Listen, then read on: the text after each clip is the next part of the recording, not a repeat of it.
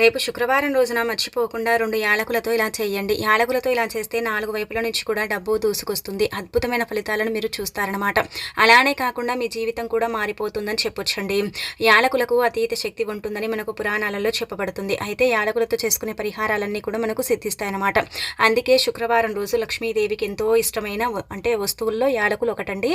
అంటే సుగంధ ద్రవ్యాల్లో వీటికి చాలా శక్తి ఉంటుందని కూడా భావిస్తూ ఉంటారు. కాబట్టి ఎవరికైనా సరే విపరీతంగా ధన సమస్య ఏర్పడుతుంది, ఎప్పుడు చూసినా కానీ డబ్బుతో మేము చాలా ఇబ్బంది పడిపోతున్నామండి, డబ్బు రానే రాదండి, ఎంత కష్టపడ్డా కానీ మాకు లక్ష్మీదేవి అనుగ్రహం అనేది ఉండదండి అనుకుంటారు కదా. అలాంటి వాళ్ళు ఏం చేయండి అంటే కనుక 2 యాలకులు తీసుకోండి. యాలకుల్లో అతీత శక్తి అనేది దాగుంటుందన్నమాట.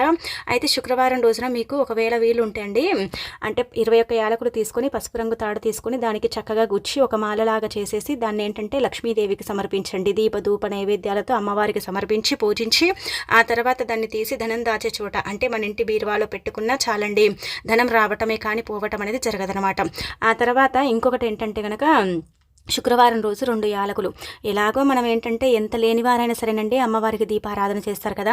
దీపం పెట్టిన తర్వాత ఒక 2 యాలకులు తీసుకొని లక్ష్మీదేవి పటం ముందు పెట్టి, తల్లి 4 వైపుల నుంచి కూడా ధనాన్ని ఆకర్షించమ్మా, మాకుండే ధన సమస్య ఏదైతే ఉంటుందో దాన్ని పోగొట్టు తల్లి అని చెప్పుకొని 2 యాలకులు లక్ష్మీదేవి పటం ముందు పెట్టి చక్కగా సంకల్పం చెప్పుకొని ఆ తర్వాత వాటిని తీసి స్త్రీలు కావచ్చు పురుషులు కావచ్చు ఎవరైనా కావచ్చు ఆ 2 యాలకులు ఏంటంటే మీ పర్సుల్లో దాచేసుకోండి, సరిపోతుందన్నమాట.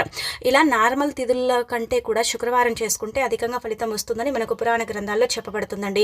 కాబట్టి మర్చిపోకుండా చేసుకోండి. అలానే కాకుండా లక్ష్మీదేవి అనుగ్రహానికి పాత్రలు కండి, ధనాన్ని ఏదో ఒక రకంగా మీ దగ్గరికి రప్పించుకోండి. అలానే కాకుండా మీకు ఇంకా తిరుగుండదని చెప్పొచ్చు.